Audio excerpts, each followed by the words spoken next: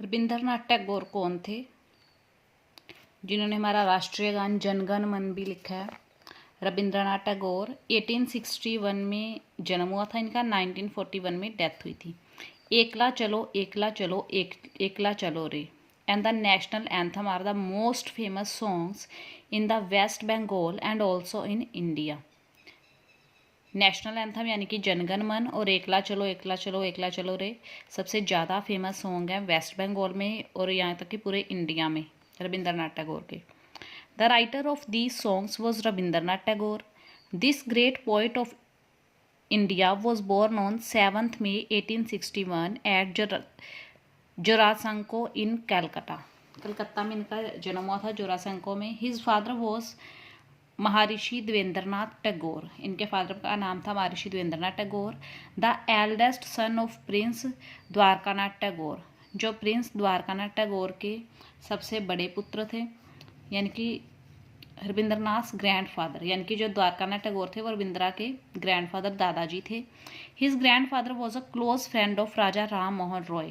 राजा राम मोहन रॉय थे जो एक समाज सुधारक थे, वो रविंद्रनाथ टैगोर के दादाजी के फ्रेंड थे। द ग्रेट थिंकर, राजा राम मोहन राय कौन थे? बड़े थिंकर थे, सोशल रिफॉर्मर, समाज सुधारक थे एंड फाउंडर ऑफ ब्रह्म समाज थे, ब्रह्म समाज के फाउंडर थे।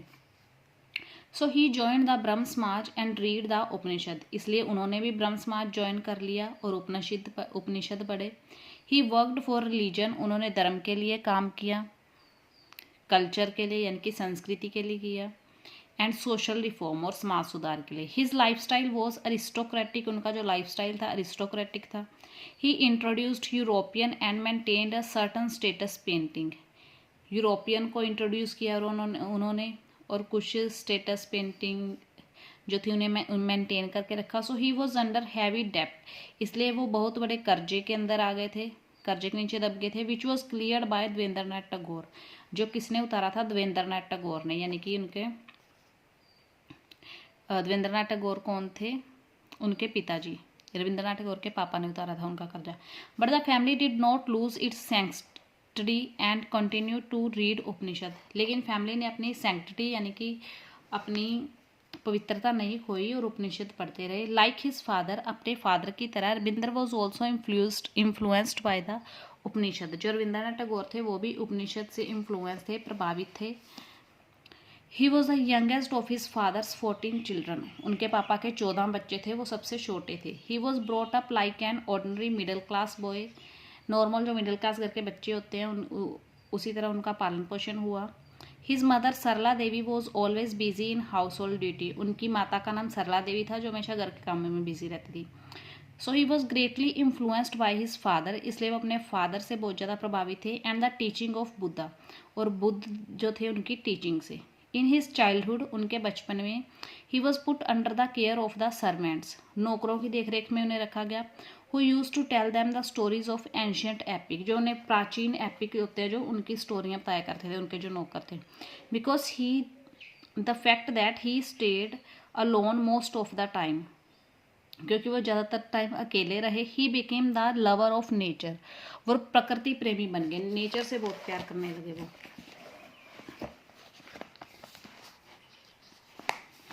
He was sent to many schools of Calcutta, उन्हें कैलकाता के बहुत सारे स्कूल्स में भेजा गया।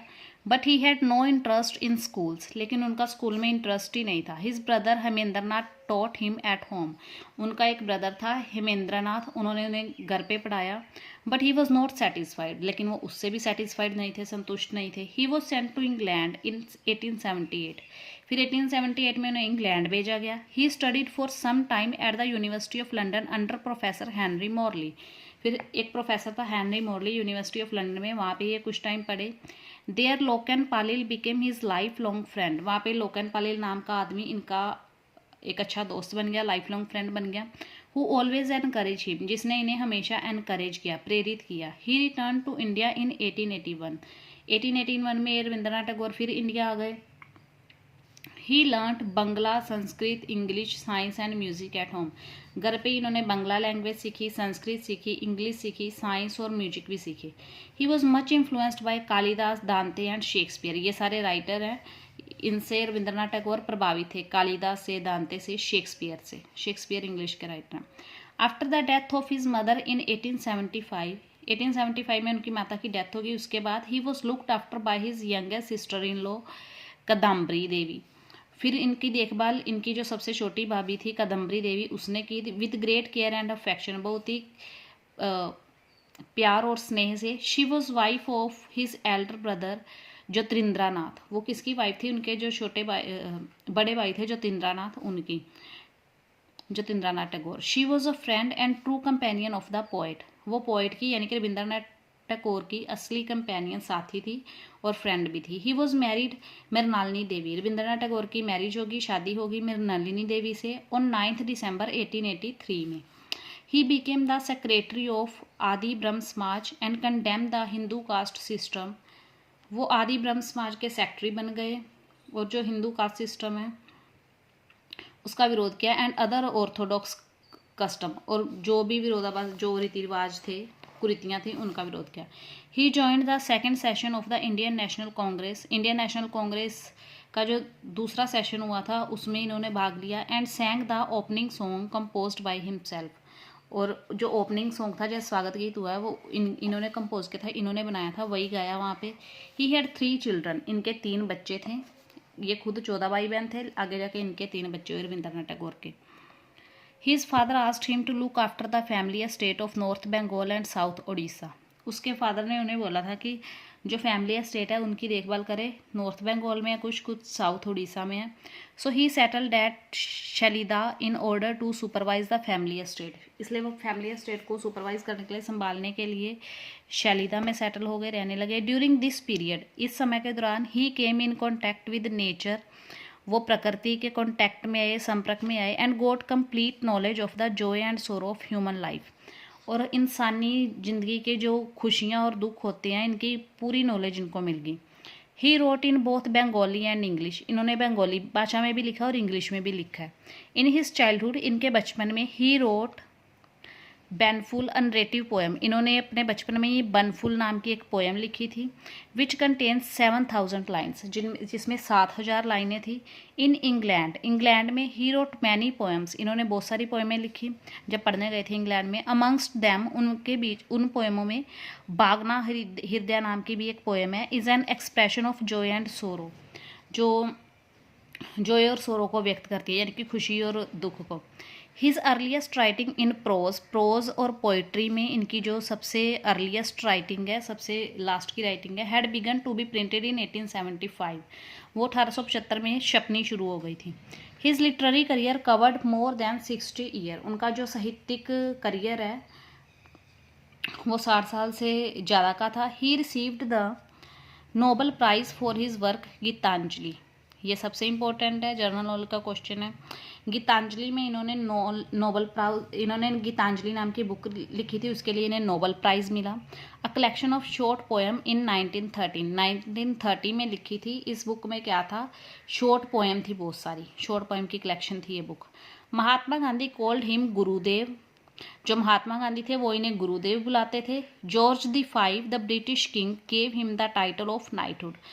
उस टाइम यहाँ पे अंग्रेजों का राज था, अंग्रेज रहते थे, तो जो एक अंग्रेज था, ब्रिटिश किंग, अंग्रेज राजा, उन्होंने इन्हें नाइटहुड का टाइटल दिया था, विच ही गेव अप, जो इन्होंने त्याग दिया इन 1919 में, in protest against the Jallianwala Bagh massacre. Jallianwala Bagh हत्याकांड जो हुआ था उनकी प्रोटेस्ट में इन्होंने कहा कि हमारे साथ इतना बुरा हुआ है, मैं तुम्हारे टाइटल को नहीं मानता, मैं त्यागता हूँ। He was the first Asian, वो पहले एशियन थे, who received the Nobel prize, जिन्हें नोबल प्राइज़ मिला था। ये भी इंपॉर्टेंट है कि पहले एशियन कौन थे? रविंद्रनाथ टैगोर।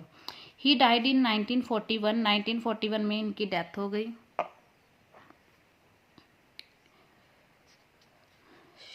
एट शांति निकेतन, शांति निकेतन में इनके घर का नाम था। Where he had founded the world famous Vishwa Bharati university इन बोलपुर, जहाँ पे इन्होंने बनाई थी दुनिया भर में प्रसिद्ध यूनिवर्सिटी, विश्व भारती यूनिवर्सिटी, बोलपुर नाम जगह में, वेस्ट बंगाल में है ये। He was a versatile genius, versatile यानी कि ऑलराउंडर, बहुत टैलेंट था इनमें, जीनियस थे। He was a great poet, वो बहुत बड़े पोएट थे। Novelist, dramatist, short story writer, music composer and patriot. Short story भी लिखते थे, ड्रामा भी लिखते थे, जैसे नाटक होते हैं, नॉवलिस्ट, उपन्यास लिखते थे ये, म्यूज़िक भी बनाते थे और देशभक्त भी थे। ही सॉन्ग्स आर संग एज रविंद्रा संगीत। इनके जो गाने हैं वो रविंद्रा संगीत के तौर पे बजते हैं, यानी कि इनके गानों को बोला जाता है रविंद्रा संगीत। गीतांजलि है जिनके लिए इन्हें नोबेल प्राइज़ मिला था। Where the mind is without fear and the head is held high, where knowledge is free, where the world has not been broken up into fragment by narrow domestic walls, where words come out from the depth of truth, where tireless striving stretches its arm toward perfection, where the clear stream of reason has not lost its way into the dreary desert sand of dead habits, where the mind is led forward by three into ever widening thought and action, into that heaven of freedom, my father, let my country awake। ये इनके work की chronology है।